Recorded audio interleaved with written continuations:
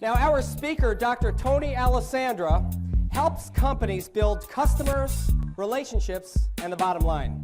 Hey, I like it. He moves around the stage. It looks like he's talking to people. He's looking people in the eye. He's communicating quite well. He was born in Hell's Kitchen, New York City, and raised himself from street fighter to university professor through sheer determination. I think it's a lot of useful information. Very interesting, captivating. Excellent, very good.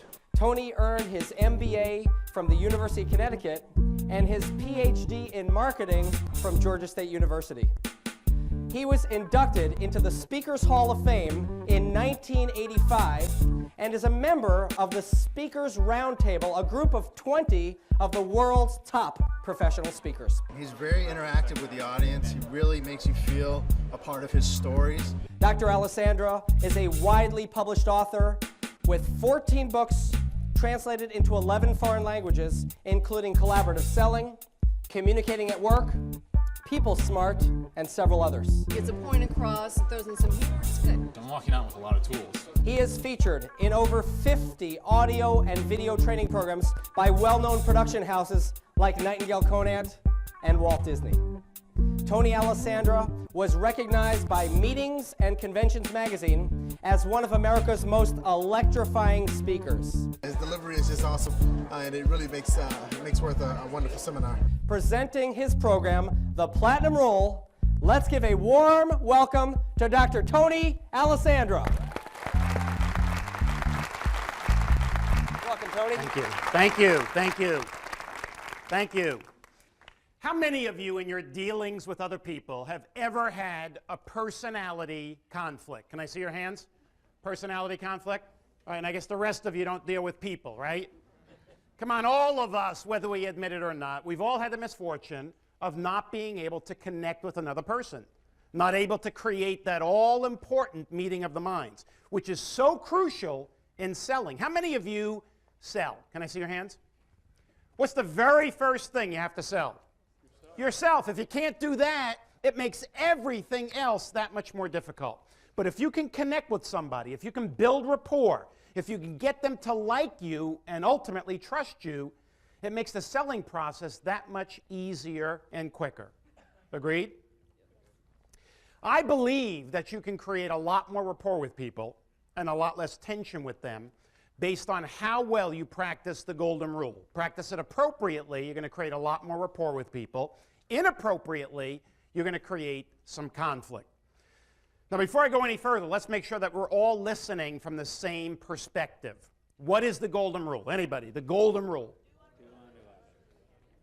Do unto others as you would have them do unto you. I believe in that. I practice it. I live it. I breathe it, especially when it comes to values, ethics, honesty, consideration. However, when it comes to interpersonal communication, the golden rule can, and frequently does, backfire. Now, why? Well, the way it is stated, if you practice the golden rule verbatim, you would basically treat other people the way you would like to be treated. Does that make sense? The problem is, do other people want to be treated the same way you do? Probably not. Probably not at all. I mean, I learned that firsthand when I moved from New York City to San Diego, California. When I moved to San Diego, I practiced the golden rule. I treated everybody in San Diego as if they were New Yorkers. Do you see a potential problem here? Came on too strong, too fast, too in your face, too aggressive. Even when I asked people to do things that under any other circumstance they would do. It was reasonable, it was correct, they would do it.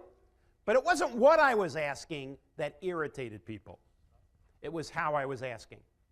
It was my approach, it was my demeanor.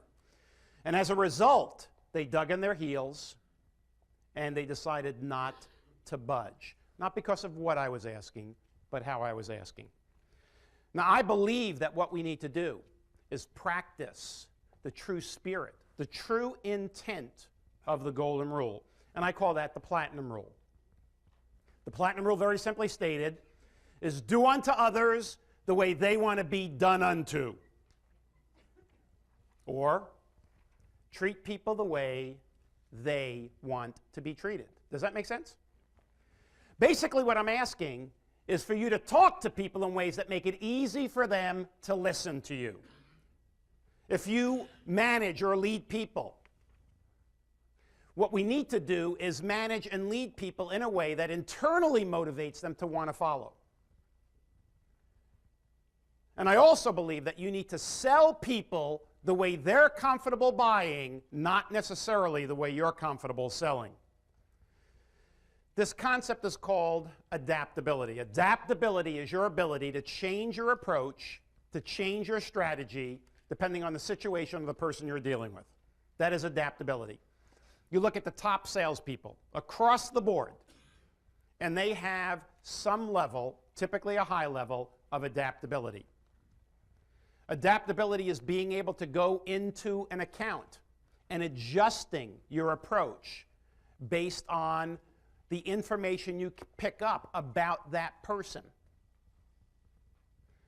If you didn't adjust your approach, why do we need salespeople? I mean, we could just send out a video or let them see a presentation over an internet, because it would be the same to everybody. One of the beautiful aspects of face-to-face selling is that you can go in, you can size up a situation, you can determine needs, you can present solutions, different solutions, customer by customer by customer, based on differing needs, but more importantly, you can adjust your approach, the how you sell, based on the customer's style, their personality, their behavior. So, what I want to do is share with you a concept that I'm sure every single person in this room has been exposed to a minimum of one time, somewhere in your life. Maybe a different way. But how many of you, second, third time, through a book, a movie, an audio learning program, second or third time through, you heard or saw things that you totally missed first or second time through? Has that ever happened? Same thing's going to happen this evening. Whether you've been exposed to this concept once, twice, 5 times, it doesn't matter. I guarantee you're going to walk out of here tonight with some new insights, some new strategies, some new techniques that will help you connect with people quicker, deeper, and longer lasting. And by the way, it is not just for sales. I know everybody's in here hoping to pick up some tips and tools and techniques for selling. But when it comes to relationships, it's not just the buyer-seller relationship that I'd like you to focus on tonight. It goes way beyond that. If you work with other people and there's any form of collaboration or team selling, this will help you. How many of you are married? This will help you. In fact, many of you are going to say to yourself, I wish my spouse was here. He or she should be listening to this. How many of you have children? This will help. There's no question about it. How many of you have a manager that you report to? This will help. It is across the board. So don't just listen to it from one perspective. It will help you in all aspects, all relationships. Now, let me tell you this. People will not tell you how to sell them. That would make it too easy, wouldn't it? Hey, listen, before you give me your sales presentation, let me tell you the best way to approach me, and let me tell you what works best with me to close the sale.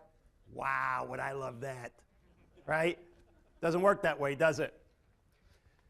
They won't tell you how to sell them, but they will show you. And all I'm asking you to do, ladies and gentlemen, is open your eyes and ears and watch the signals that people send you. Now, when I say watch the signals, I'm not going to talk about listening per se, but I think it's crucial right here. When two people communicate face-to-face, they deliver the message on 3 channels consecutively, and then you hear the message on 3 channels consecutively. I'm using all 3 channels right now. Channels are very easy to remember because they all begin with V. There's the verbal channel, there's the vocal channel, there's the visual channel. Verbal, vocal, visual. Let me define them. The verbal channel. If we recorded this program and had it transcribed and gave you a typed transcript, That would be the verbal part of my message. The words and the words alone. Now, if we recorded this and everybody got an audio tape, now you would get the verbal and the vocal.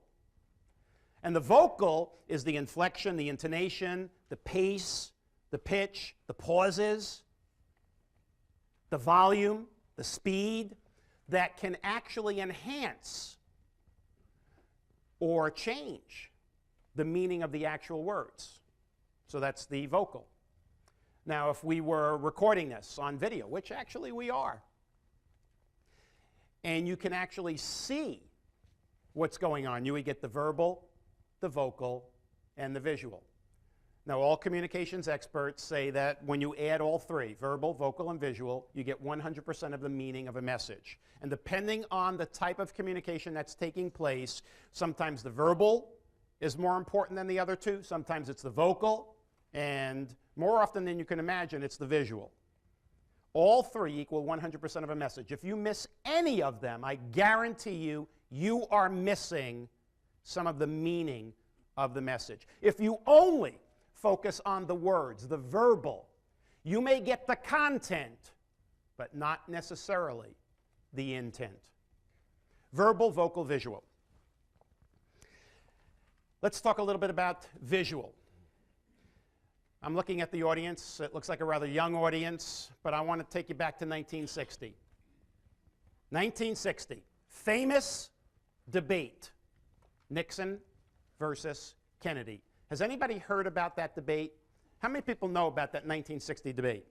That was a turning point in that election. That was a dramatic debate because something interesting happened at the debate and afterwards. Something was discovered, and it focused on visual. Here's what happened. After that debate, the pollsters went out and they asked the American public who won. Whole group of people said Nixon won the debate by a little. Another whole group of people said Kennedy won it by a lot. So they figured, hey, Republicans and Democrats, wrong. North and South, wrong. Conservative, liberal, wrong. It wasn't any of that. And many of you know what it was. The people who said Nixon won the debate listened to it on radio. The people who said Kennedy won watched it on TV. They watched it on TV. Now, between radio and television, was the verbal the same or different? Was the vocal the same or different? So the only difference was the visual. How could the visual have that much impact on somebody's impression of who won or lost? I'll tell you how. If you ever get the opportunity, go to a library, ask them if they can get you a copy of the 1960 debate, Nixon and Kennedy. The first thing I'm going to ask you to do is to totally turn off the volume. Just watch the picture. And it will be very apparent to you why people voted for Kennedy. There was such a stark difference in the message each person sent just by their body language. Dramatic. How about vocal? Do you think you can change things up, mix things up with vocal? I mean, I can say to somebody, hey, nice jacket. Right? You get one impression. I could use the exact same words and say, hey, nice jacket. Same exact words. Very different meaning, wasn't it? Take a single word like oh. In and of itself, it has no meaning. Oh only takes on a meaning as you say it. Now watch how you can change the meaning of that word simply through inflection. I'd like you to say the word oh to convey I understand. Oh. I don't understand. Oh. Now notice it's the same word, different inflection, exact opposite meanings. So if you don't say the right inflection, somebody can misinterpret the meaning. Say oh to convey surprise, disappointment, disgust, affection. Hey, wait a second. That was pleasure. Close enough, but you see you can get in trouble on that one. All right? So, what I'm asking you to do is simply open your eyes and ears, watch the signals people send you. Verbal, vocal, visual. I'm going to ask you to make 2 simple decisions about people. All right, decision number 1. Is the person that I'm dealing with exhibiting through their verbal, vocal, visual behavior more open or guarded behavior? Now, how do you tell the difference? Guarded people, and I'd like to know if you know people who fit this. Guarded people do not, I repeat, they do not show or share their feelings and thoughts readily or willingly. In other words, they play their cards how? Close to the vest. They're hard to read. They have controlled body language and facial expressions to the extreme. We say they have what kind of a face? Poker face, more stoic. Whatever they are feeling or thinking inside stays inside. They share information only on a need-to-know basis. These are the type of people that when they get together with you, they do not like much, if any, social talk, chit-chat, schmoozing, whatever you want to call it. What do they want to do? Get right down to business. Listen, I have 10 minutes. What do you have? They make decisions primarily based on what? Facts, logic, numbers, data, documentation. Put it in writing. How many of you know somebody like that? All right? I have a friend like this. This guy is off the chart. Off the chart. This guy is so bottom line, so no nonsense, so cut to the chase. I remember the first time he called my home, and my wife Sue answered the phone. She answers, all he says to her is this: Tony. That was it. That was it. So, I mean, she's got a lot on the ball. She figured it was for me, so she gives me the phone. I talked to him. It was a short phone call, as you can imagine. I hang up. She said, who was that? I said, that was Dennis. Why? She said, I cannot believe how rude, and she went on about this. I said, Sue, that's Dennis. You take him, you leave him. That's just him. I've accepted it. She said, no, you're missing something here, Tony. Let me tell you what you're missing. You know, whether he's like that or not doesn't matter to me, but you are known as a relationship and communication expert, and you have a friend like this. What does that say about the effectiveness of your techniques? Whoa, yeah. Now she's talking my language. I said, I never thought about it that way. She said, Tony, I got to tell you, you got to make a decision. You either have to take him under your wing, coach him, be his mentor, show people through him how well your concepts work, or cut him loose. I said, well, I'm not going to cut him loose, so I'll take the challenge. So I worked 3 months with this guy. Now, I don't know how many of you have a story, an example in your life that you are just incredibly proud of. Dennis is mine. I worked with this guy. It was a challenge. I mean, she challenged me. It was like somebody pulling out that glove and smacking me across the face. I worked with him 3 months. And talk about one of the most remarkable turnarounds. He calls my house. My wife answers. He said, Sue, Dennis, Tony, 300% improvement. You can't get better than that. Unbelievable. This stuff works. At the other end, we have the open people. Open people readily, willingly show and share their feelings and thoughts, whether you want to know them or not. Any subject, anywhere, anytime, fair game. These are the people, they wear their hearts on their sleeves. You could read them like a book. Whatever they're feeling or thinking inside, you see outside. Just the way they are. They also have a tendency during conversation to digress a lot. You know, people like that. Oh, that reminds me. And they jump around. What was I talking about? What was the question? They go off on all these tangents. It's been said about open people that their thoughts are like gumballs. They just fall to the tongue and roll out.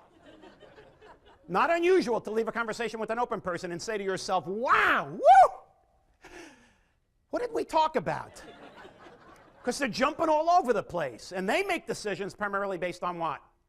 Emotion, feeling, intuition. So we have open people, we have guarded people. Question is, where are you? Where would you put yourself on that scale? Most of the time, with most people, pick a number.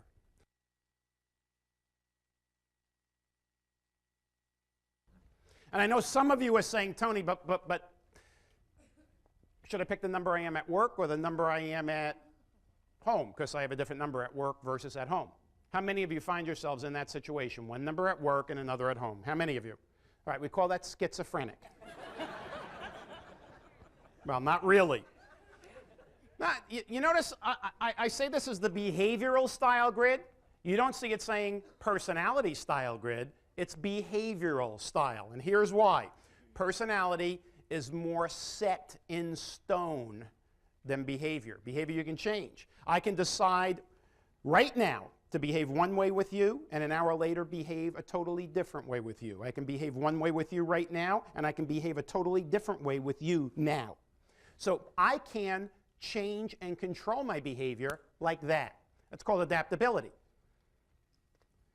So the point is, you can have a different number at work or at home. If you ask me, Tony, what number are you? I would say, well, work or home. You say work.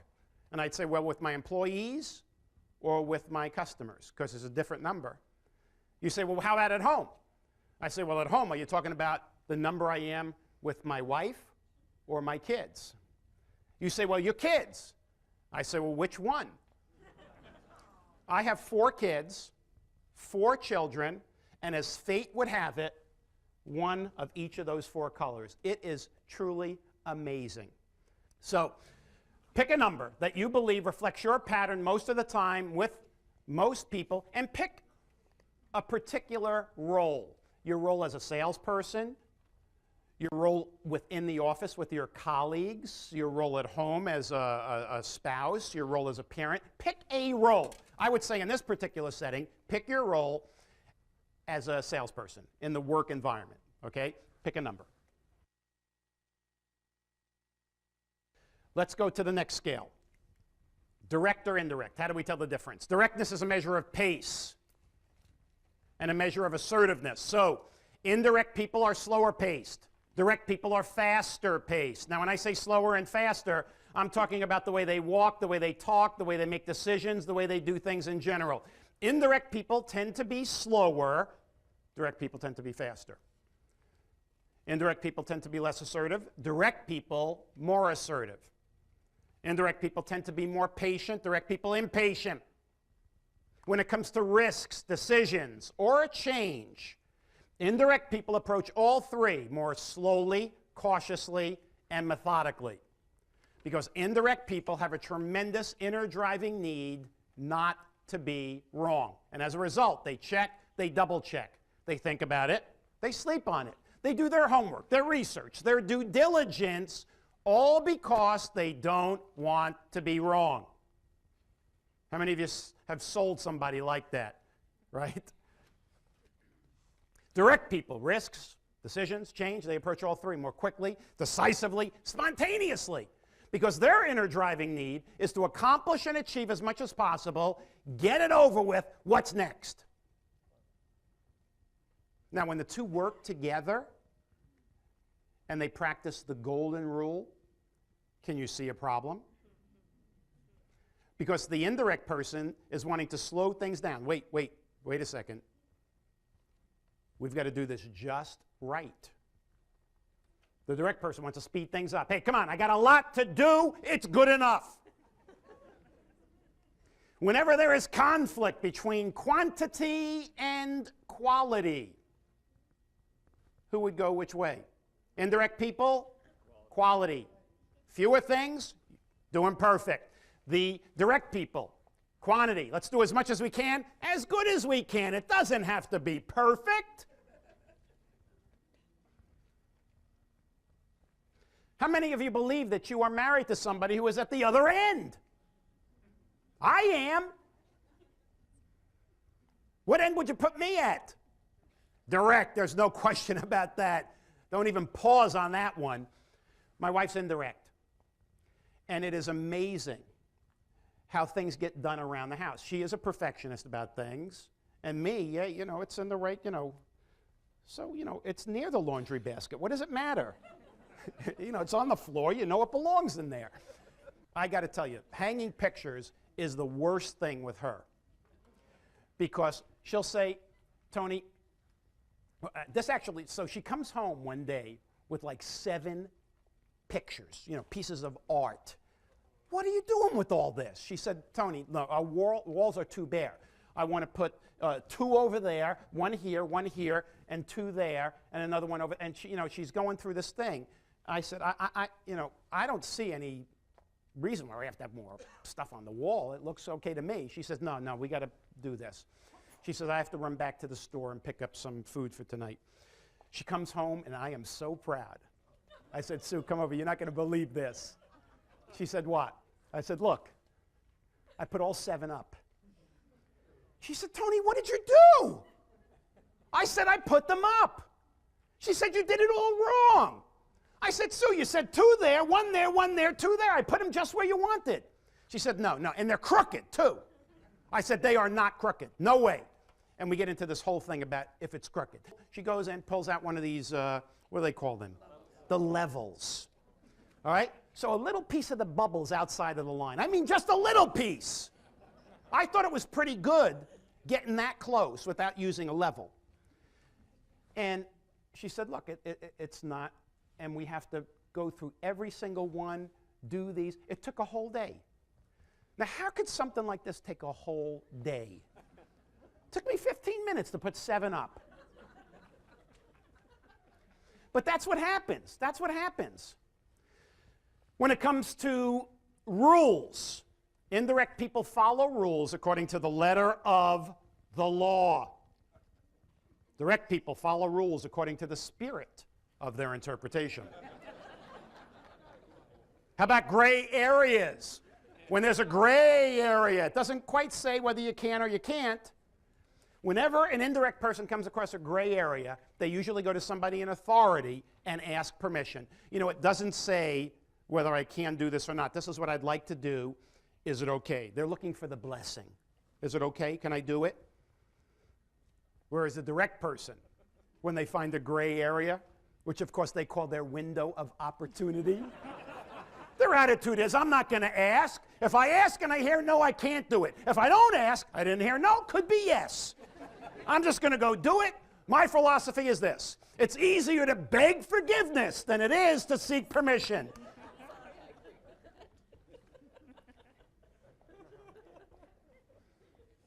So now the question becomes, what letter would you pick for yourself? So what I'd like you to do is pick a letter for yourself that you believe reflects your pattern of behavior most of the time with most people. So pick a letter.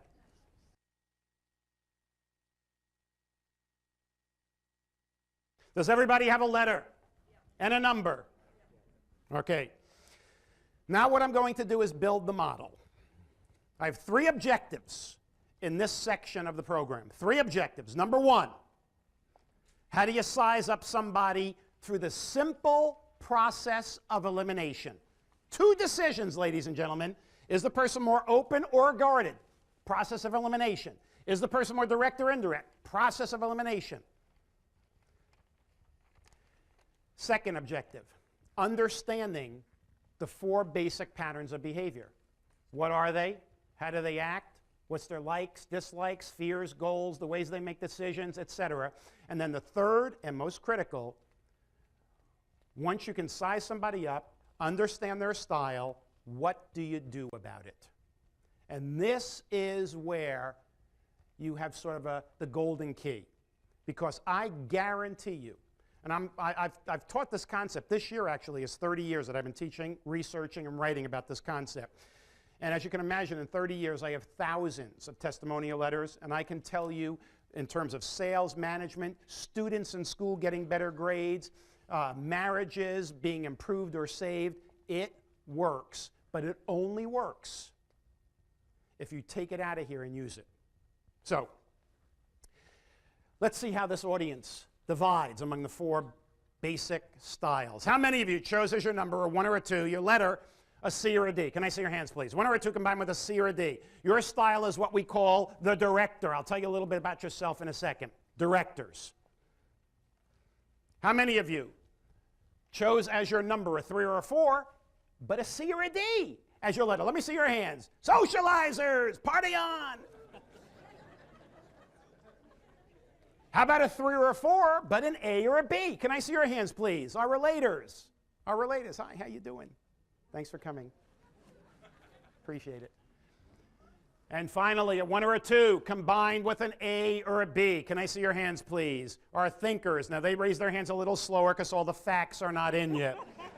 They're still analyzing this. Jury's out on this one. So there are 4 basic styles: directors, thinkers, relators, socializers.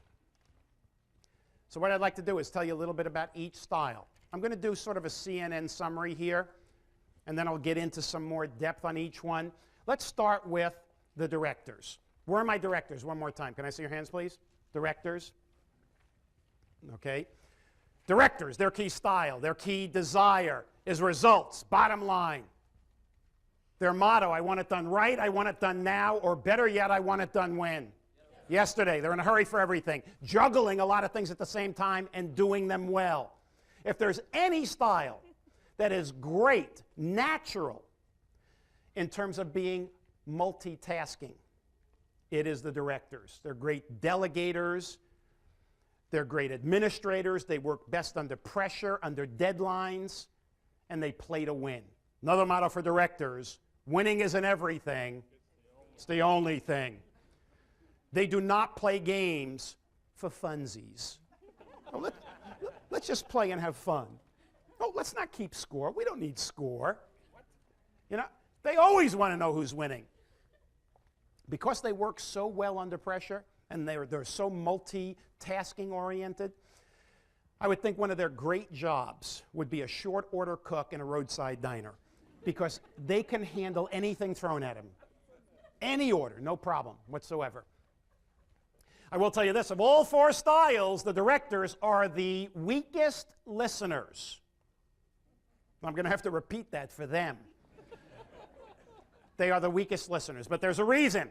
They don't have time, and they already know the answer. Why listen? So those are the directors. We'll get in more depth in just a little while. Let's talk a little bit about socializers. Where are my socializers? Right? Their key desire: fun, excitement, applause, visibility, recognition. And as a result, they talk a lot about their favorite subject: themselves. Generally speaking, socializers are generally speaking. They have the gift of gab, the power of persuasion. They have the ability to get other people more excited about their ideas than even they are themselves. They are the only group who could win an argument not knowing what they're talking about.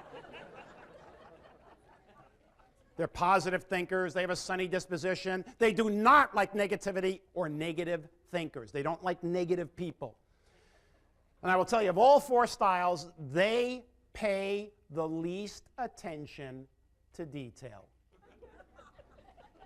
Hey, as long as it's close, what does it matter? In the ballpark, best guesstimate. You know, you can ask a thinker. Ask a thinker, how much do you earn?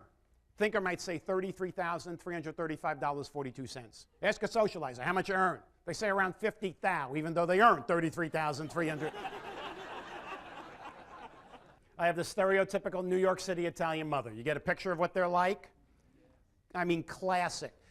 My mother, whenever she's out, she strikes up conversations with everybody, anybody, whether she's met them or not, knows them or not, doesn't matter what they look like. My mother talks to people. And she'll know everything about a person in 15 minutes. Everything.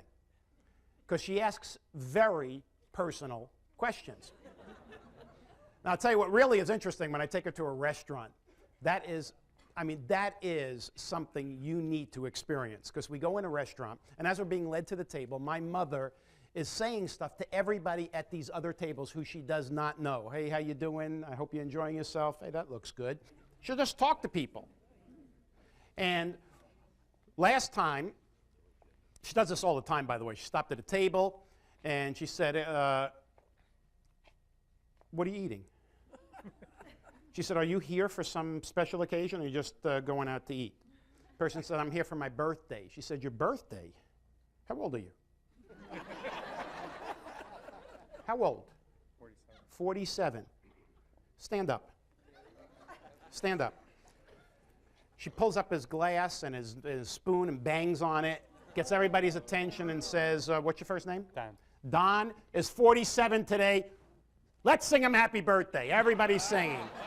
Hey, sing! All right, so at the end of all this, she said, Don, sit down. Come on, what are you standing up for?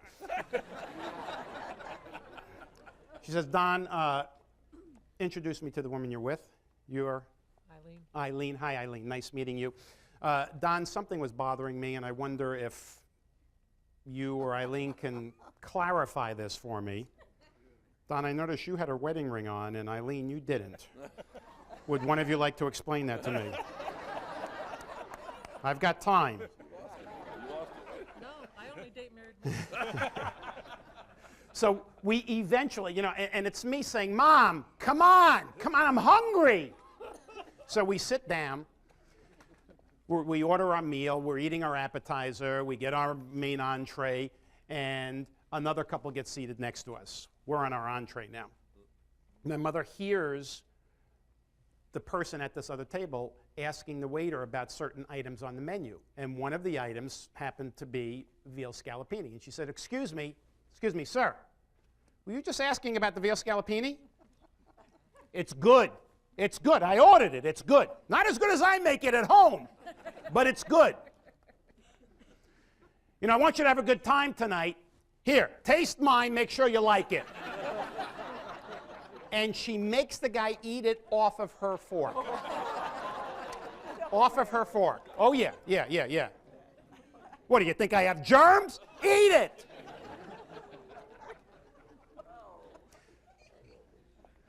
By the way, if you were in that restaurant and my mother carried on a conversation like one of these, how many of you would have enjoyed it? Can I see your hands?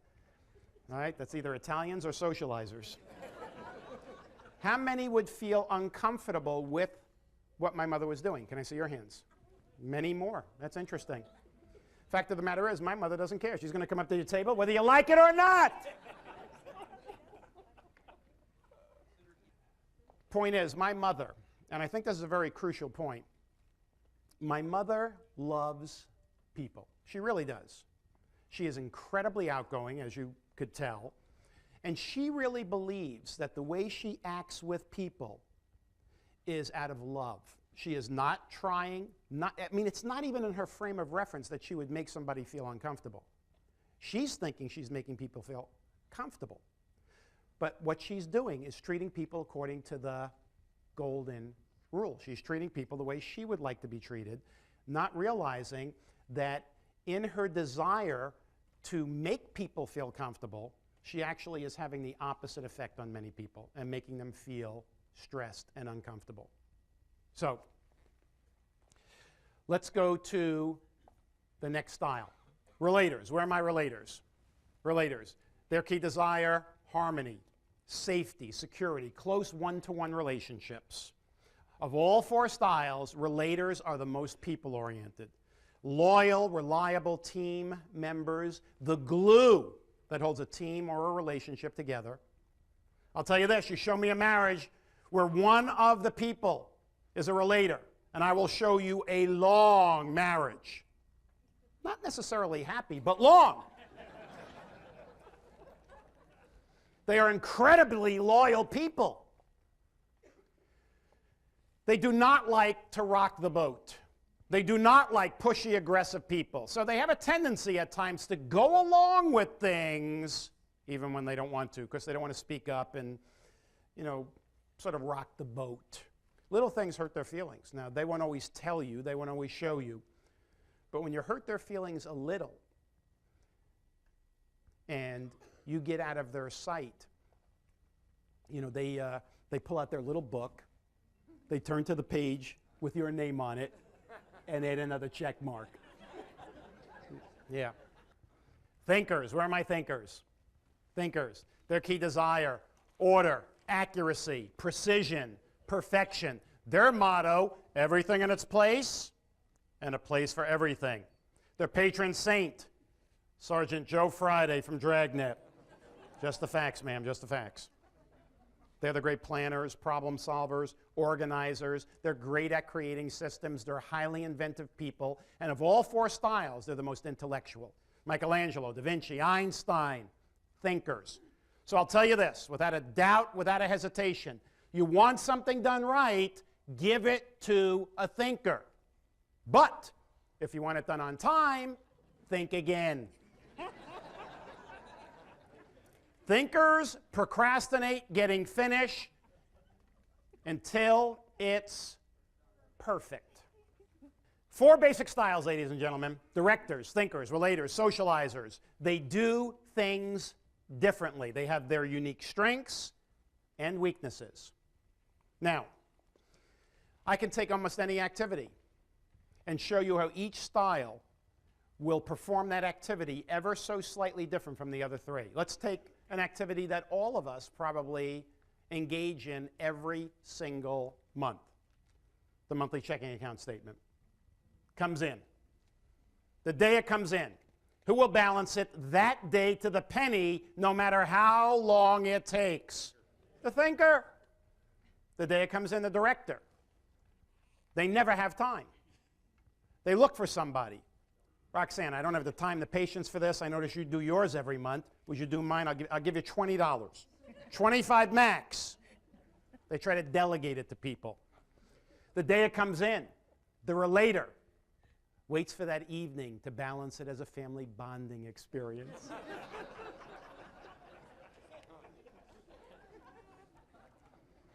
Socializer, the day it comes in, they look at it. What is this? Throw it in a box, in a drawer. How can I be overdrawn? I still have checks left. Every style, as I said, every style has their inherent strengths and weaknesses. But here's an interesting perspective about weakness. Sometimes when you take a strength and use it too much, it actually can, in fact, become a weakness. I call it overextension of strengths. So, with directors, they tend to control too much. Their strength is taking control, taking the lead. But sometimes they over-control and turn people off. Thinkers, they question too much. And you start wondering, don't you trust me? You know, they get into all these minute questions.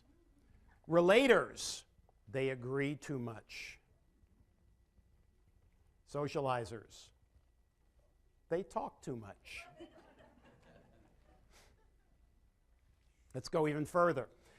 Management 101 basically says there are four basic skills every good manager of people, whether it's a manager of people in a business, even a manager of people in your own household, you should have four basic strengths. Four basic functions of management. Here's the irony. Each style masters one of those four strengths better than any other style. For instance, with directors, their mastery is controlling people, situations, processes. Thinkers, it's planning. They're the great planners.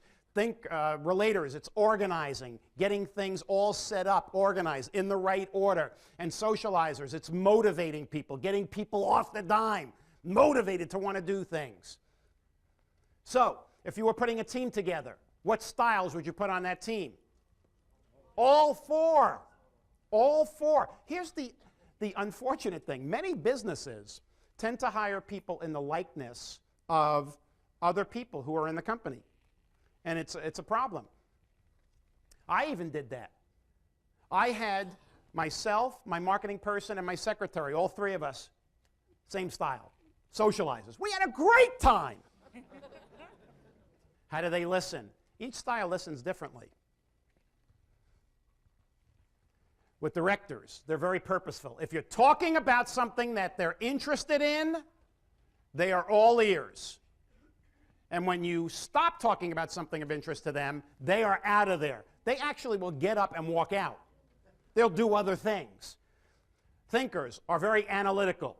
Well, wait a second. A little while ago, you said this. Now you're saying that. Which is it? Relators are very empathic. How does that feel? I can't believe that happened. And what did you do? They get as much or more emotional about issues as you do. And socializers, they're very fickle. You know, 1 second they're like this. No, get out of here! And then another minute they're like this.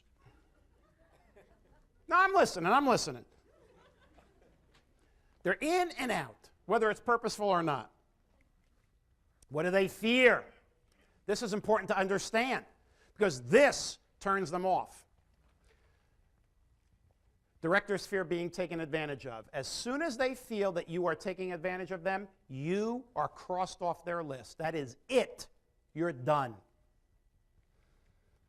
Thinkers, criticizing their effort. They do not like criticism. Sudden changes for the relators. They don't like a lot of big sudden change. So what you have to do is break it up over a period of time. You know, a little bit each day. And socializers, they do not like rejection, especially social rejection or ostracism, not being considered part of the group, being, pushed out of a group. They do not like that. That's big, big, big fears. How they set goals. This is crucial. And this is something that you should focus on, how each of these styles set goals. One more time, how many of you have children? This is important also, understanding if you have more than one child, knowing how to work through this with them, what their strengths are, what their weaknesses are, how they set goals. Sometimes we ask our children to set goals, or we help them set goals by whose yardstick? Our own. We have to understand that they do things differently. So, with directors, they favor goals that are productive and inexpensive. And typically, directors favor a single overriding goal. They like to work on one goal. Let me achieve it, then I'll move on to another. They don't like a whole list of goals. One big one. Thinkers, they favor goals that promote growth, accuracy, quality. Relators, goals that open opportunities for everybody involved, not just for themselves. They like, the whole group. Everybody has to be involved in the goal. And socializers, loosely defined goals. They don't want to be tied down, and they often change. I want to do that. How about that? No, that's better. That. How they make decisions. Now, this is crucial in selling, isn't it? Directors, decisive. What they want, give them 2 to 3 options with brief supporting analysis, and then who makes the decision? They do. Now, I realize that in selling, we have all of these different techniques of closing, etc., and one is called the assumptive close, where you are, or a forced choice close, where you're basically forcing the close or a decision on somebody. They'll kick you out. It will not work with them. I mean, a single closing technique will not work on all 4 styles, I will tell you that.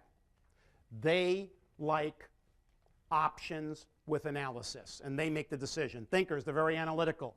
Give me all of my options, not 2 or 3. If there's 5, if there's 7, I want all the options. And then I'm going to do an entire Ben Franklin balance sheet of pros and cons, analyze each one, and then the logic of the situation will dictate which is the best option. No emotion comes into this. It's pretty clear, black and white. Relators, collaborative. How many people are going to be affected by this decision? Well, let's get all of them here and find out how they feel about it. And let's make sure everybody's on the same page. And socializers are spontaneous. If it looked looks good, feels good, smells good. Let's do it. But I will tell you this.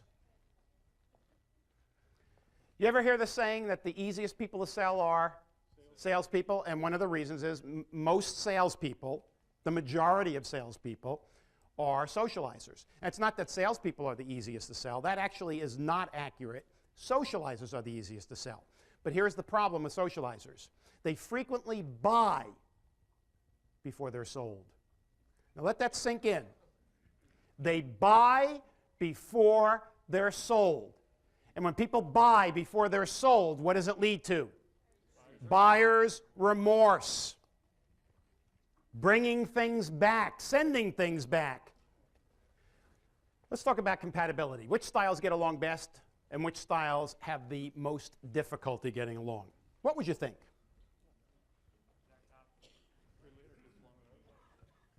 I think everybody has different opinions here.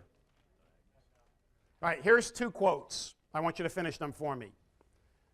Opposites. Birds of a feather. Which one is more accurate? All right, so we have two different opinions here. Both are accurate, but it depends on the situation. So let's talk about work, working on a task, a goal. Opposites attract. And why is that? At work, on a task, opposite styles get along best. And the reason is the strengths of one style compensate for the weaknesses of the other. So there's a balance. So what styles get along best? Thinker-relater, director-relater, socializer-relater. Do you see a pattern here? Everybody gets along with the relators. Everybody. Moderately compatible, thinkers with thinkers, relators with relators, socializers with thinkers, and the least compatible, two directors, because they're always butting heads with each other. They have their own goals and objectives, the ways they want to do things. Let's do it my way or the highway. Why would socializer be the lowest compatible group when it comes to work? Work, come on. Hey, did you hear the one about? Style compatibility socially. Birds of a feather flock together. Like styles get along best in a social environment. So, notice, thinkers with thinkers, relators with relators, socializers with socializers. Wait a second. What's missing? Directors. They're still competing with each other, even socially. They don't even want to go out. I got work to do. But they're in the next group. Moderately compatible. And the least compatible, director, relator, socializer, thinker, are the diagonals. They have the least in common. All right, here's your pop quiz, ladies and gentlemen. I've taken you through a whole bunch of information, and I want to see how well you've assimilated it and how well you can project. So, what would you say is the ideal vehicle chosen by a socializer? Built for them. A convertible, a sports car, a Porsche, Ferrari, Maserati, Corvette. What color? Red. Absolutely. Ideal vehicle for a relator. A minivan. Yeah, you can bring the family. Come on, we got room. Thinkers. Volvo. Volvo. Safe. Built well. Quality. Reliable. Ideal vehicle for a director. Get out of my way or I'm going to go right over you. By the way, let's take it another step. Every style has a theme song, a song that captures the essence of who they are and how they go about doing what they do. What would you say is a theme song chosen by over 90% of all directors? And did it my way. Oh, they love this song. They sit up a little straighter, puff out a little. Yeah, my way or the highway. I've had my fill. But only 90% choose that song. The other 10% feel it's too weak. They want something a little stronger.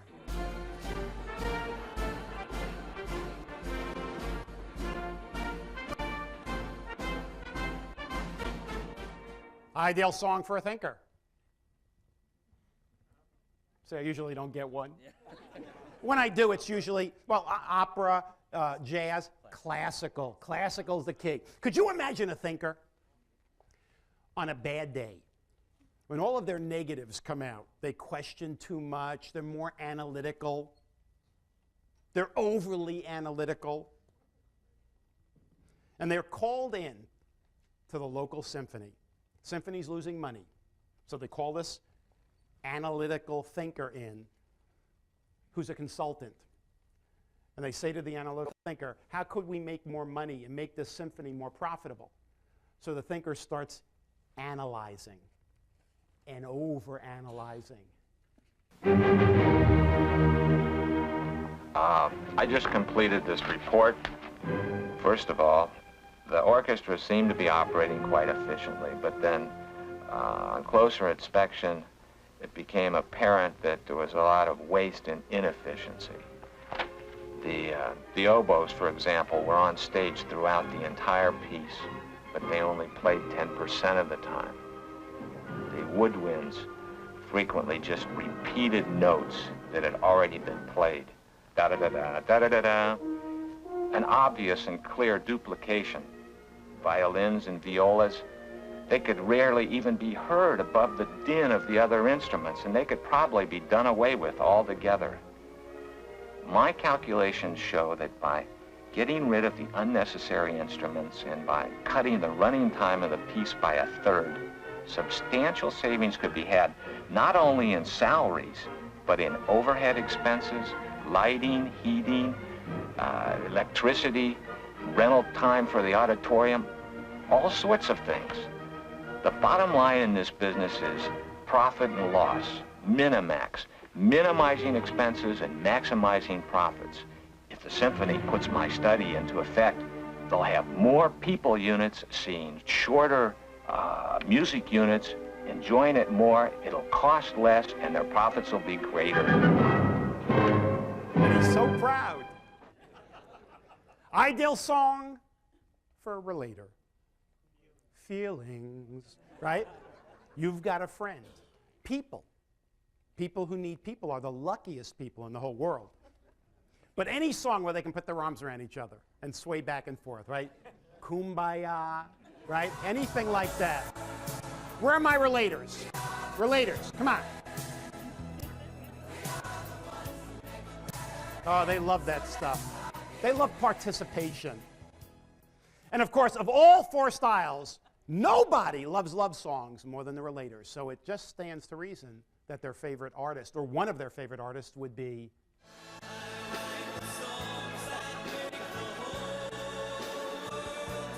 they get a little embarrassed.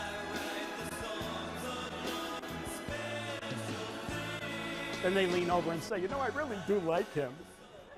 Ideal song for a socializer. How many want to dance right now? Yeah. Okay. Let us go into our last section here before break, and that is, how do you practice adaptability with each style?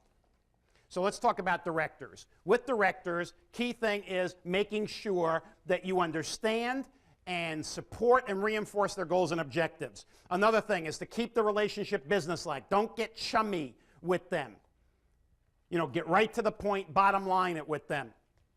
What we want to do is provide, as I mentioned before, options with brief supporting analysis so that they can make a quick decision. And above all else, treat them rapidly.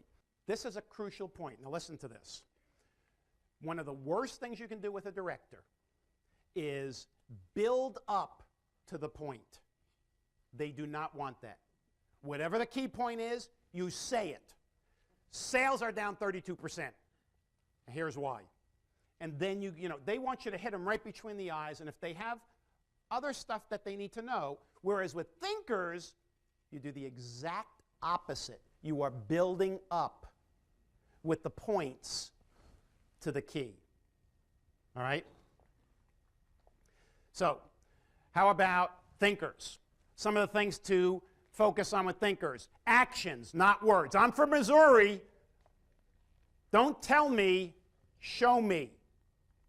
They don't care about your opinion, other people's opinions. They want to see it in writing. Be systematic, exact, prepared. Right? Don't go in and try to wing it with them. You might get away with that with socializers, but you will definitely get slapped down when it comes to thinkers. Anytime you are presenting something to them, list the advantages as well as the obvious disadvantages. And I'll tell you why the obvious. I'm not saying to list out all the disadvantages, but certainly the obvious disadvantages. Because if they're obvious, do you think that the thinkers will find them?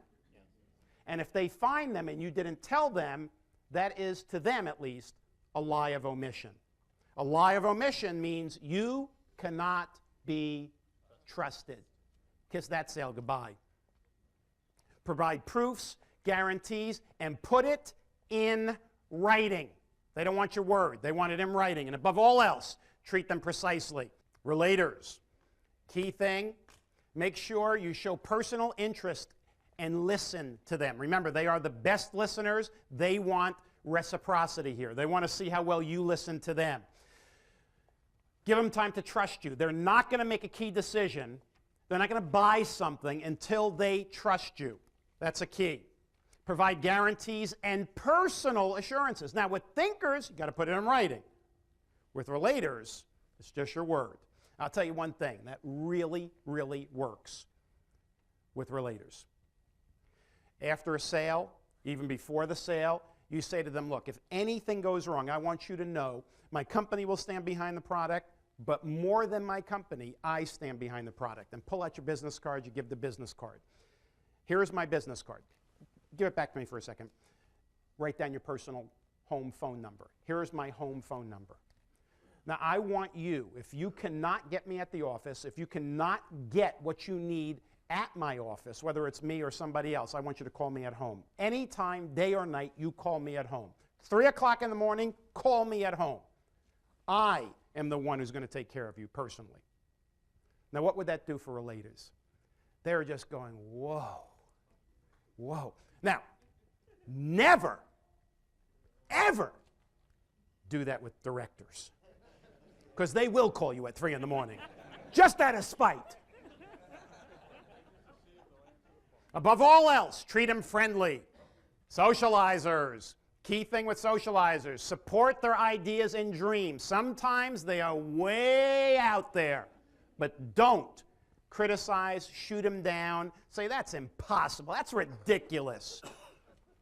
Summarize in writing who is to do what, when, where, how, and why. Do not just verbally agree to things, because a week later you'll say, I did my part, did you do yours? They say, do what? No, I never said that. Use testimonials and incentives to positively affect their decisions. They love stories of triumph, other people using your product or service and having incredible results with it. But above all else, treat them dynamically. Let me summarize. One word per style. This you can take to the bank. If you just remember this word, it will double your adaptability. No matter what you're doing, whether it's sales, service, one-to-one communicating, it doesn't matter. If you're doing any of these activities with a relator, I'm asking you to treat them friendly, with warmth, with feeling, with sincerity. With thinkers, whatever you do, make sure you do it precisely and accurately. Here's a rule of thumb. Whenever you are dealing with thinkers, which tend to be one of the toughest, if not the toughest style to sell, here's how you will improve your results dramatically. Whatever you do, if you're doing it with a thinker, make sure it is well planned, well organized, and well documented. You do that, you got them. With directors, whatever you do it and get out. And if you're going to give them anything in writing, how many pages? One, that is it. Fit it on a single page. Socializers, whatever you do, make it an event. A little bit more playful. more verbal give and take. Now, let me tell you what we're going to do when we come back from break.